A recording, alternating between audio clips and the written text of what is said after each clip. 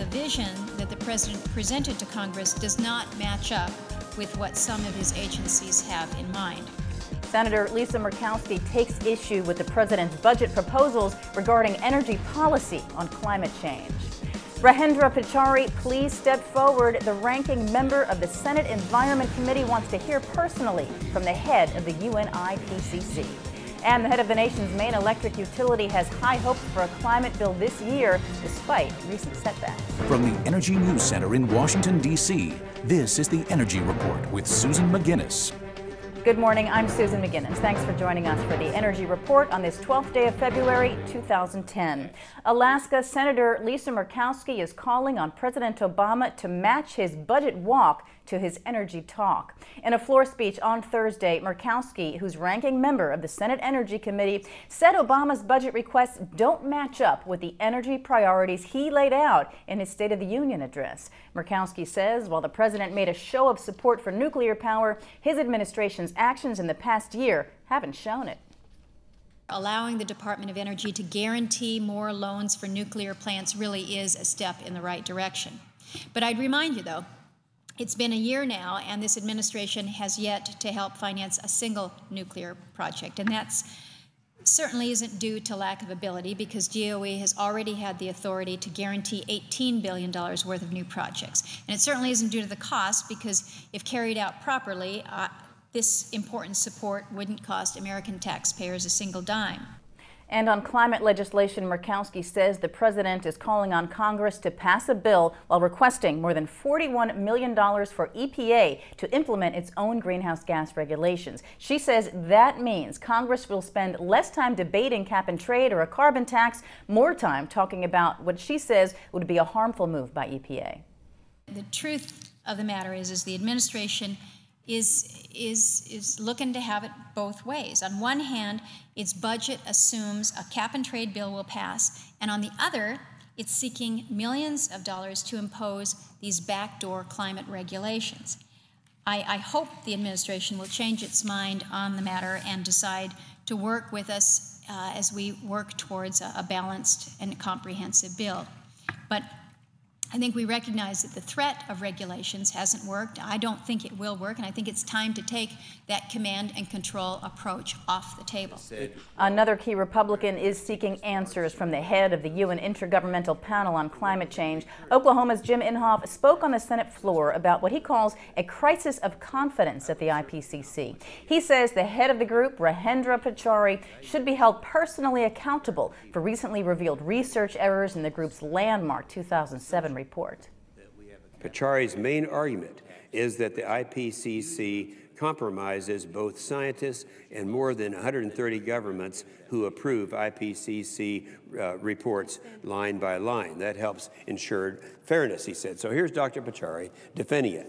Now, given the significance of the reports, Dr. Pachauri should come clean and respond directly to the numerous charges made against himself and the IPCC. And given that Dr. Pachauri has testified before Congress, including the Senate Committee on Environment and Public Works, that's a committee on which I happen to be the ranking member, we should hear directly from him as soon as possible as to how he can salvage the IPCC's vanishing credibility. Now, the UN climate chief, Evo de Boer, has defended Pachauri, saying the research flaws are minor and should not undermine the report as a whole.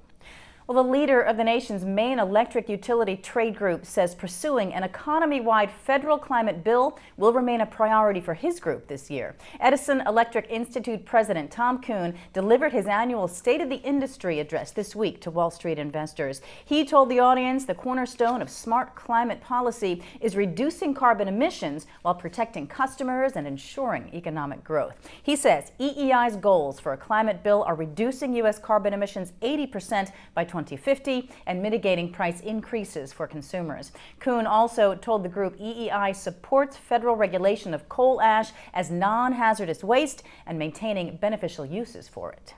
Well, the EPA has compiled a new report describing what 22 electric plants are doing to make their coal ash storage safer. It also contains recommendations about how utilities can more efficiently achieve their plans. The report follows EPA's assessment last fall on the safety of the coal ash dams. All of these new safety measures stem from the December 2008 spill in Kingston, Tennessee, where one of the Tennessee Valley Authority's storage dams burst, flooding the area and surrounding rivers. That triggered EPA to be more vigilant in investigating the integrity of various U.S. impoundments.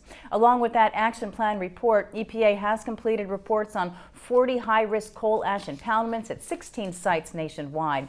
Those impoundments are classified as high risk, meaning there could be loss of human life if one bursts. And EPA is close to deciding whether electric utilities must consider burning natural gas as a means of cutting greenhouse gases. Wall Street Journal says the agency is determining what counts as best available control technology as it finalizes emissions rules for power plants and other stationary emission sources. EPA is also looking at carbon capture and sequestration and energy efficiency measures. The agency says it is developing the rules in response to a 2007 Supreme Court order and because Congress has not passed an emissions bill. Experts tell the Journal if the agency endorses natural gas, companies planning gas-fired plants would have an advantage, while those with coal-burning plants in the works might be forced back to the drawing board.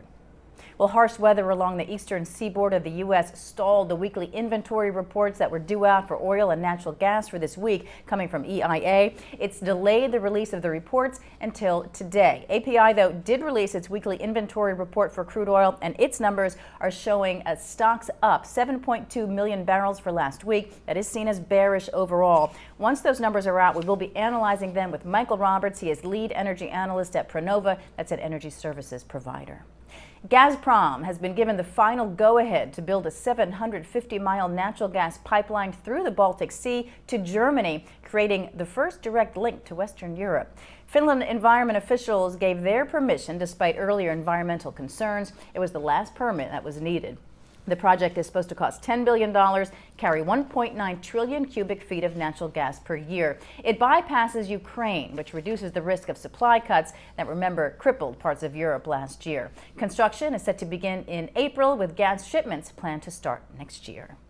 Arizona is backing out of a regional cap-and-trade program, saying it's just too expensive and would cripple the state's economy. Ben Grumbles, the head of the state's environmental agency, says the state will now focus on initiatives to expand the use of solar power, nuclear power, and other renewable energy sources. California is the only state in the Western Climate Initiative that says it will be ready to start cap-and-trade by 2012, but the coalition of 6 states and 4 Canadian provinces says it's hoping the program will be in full force by 2015.